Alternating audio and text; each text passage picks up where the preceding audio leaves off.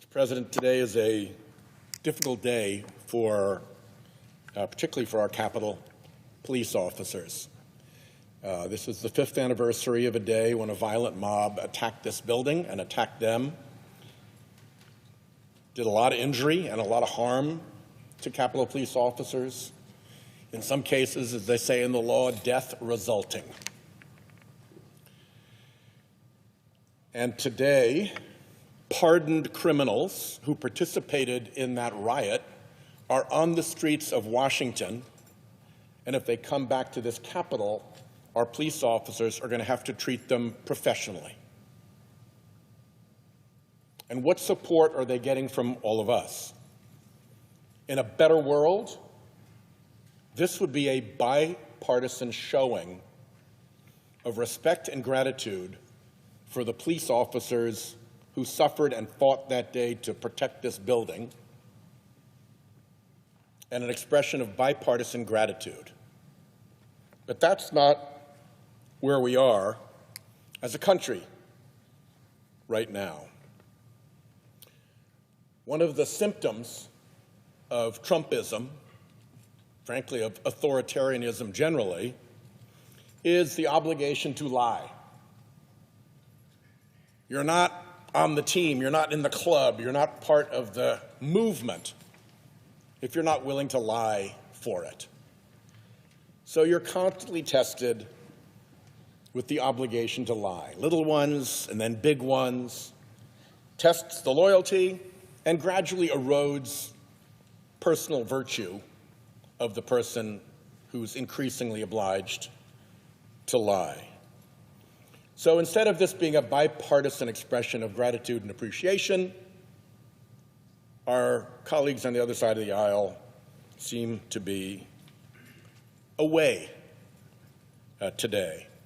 And it's left to us to remember and honor the brave law enforcement officers who defended the Capitol that day.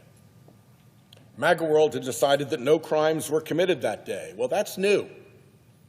At the time, Senator Ted Cruz described those crimes as a, quote, violent terrorist attack on the Capitol. At the time, Senator John Cornyn said those who, quote, planned and participated in the violence that day should be prosecuted to the fullest extent of the law, end quote. At that time, Senator Josh Hawley said, those who attacked police and broke the law must be prosecuted. And those are only a few of the expressions that we heard from our Republican colleagues at the time. Republican colleagues also once denounced pardoning rioters, particularly violent rioters. Vice President Vance, then the President of the Senate, said, if you committed violence on January 6th, obviously you shouldn't be pardoned. Secretary Kristi Noem said, we can't have a blanket approach. I would say each one of those cases need to be looked at specifically. And Senator Hawley, again, I'm against it. For people who assaulted cops, threw stuff at cops, broke down doors, broke windows. Well, Trump came in and he issued that blanket pardon virtually right away, nearly 1,600 rioters. And he commuted the sentence of 14 members of the Proud Boys and Oath Keepers militia. These were not great people. At least 33 of them have already been rearrested, charged, or sentenced for other crimes since that day. 4 pardoned insurrectionists have already allegedly reoffended since receiving their pardons.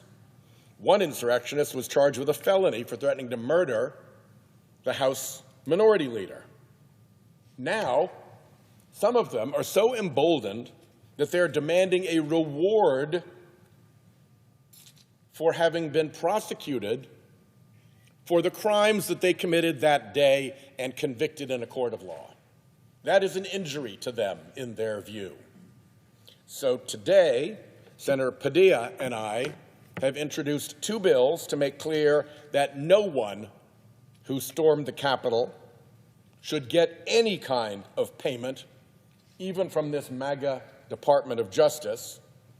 No taxpayer-funded cash giveaways, which, by the way, echoes that we should not be giving taxpayer-funded cash giveaways to our colleagues because their names came up in the investigation of the crimes of that day because they were called by the instigators of the crimes of that day. So I urge my colleagues to support these bills. Let us not reward the violence that was done that day. Too many are trying to turn that day into a payday for themselves. It is beneath us, and I urge support for those two pieces of legislation and yield the floor.